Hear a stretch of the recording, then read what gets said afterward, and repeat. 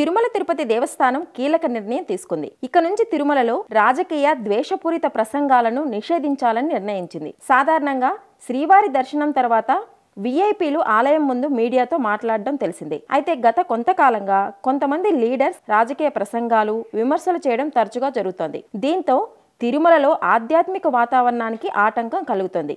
ఈ నేపథ్యంలోనే టీటీడీ ఈ రాజకీయ ప్రసంగాలపై నిషేధం విధించాలని ఇటీవల తీర్మానం చేసింది. తాజాగా ఆ నిర్ణయాన్ని అమల్లోకి తీసుకువచ్చింది.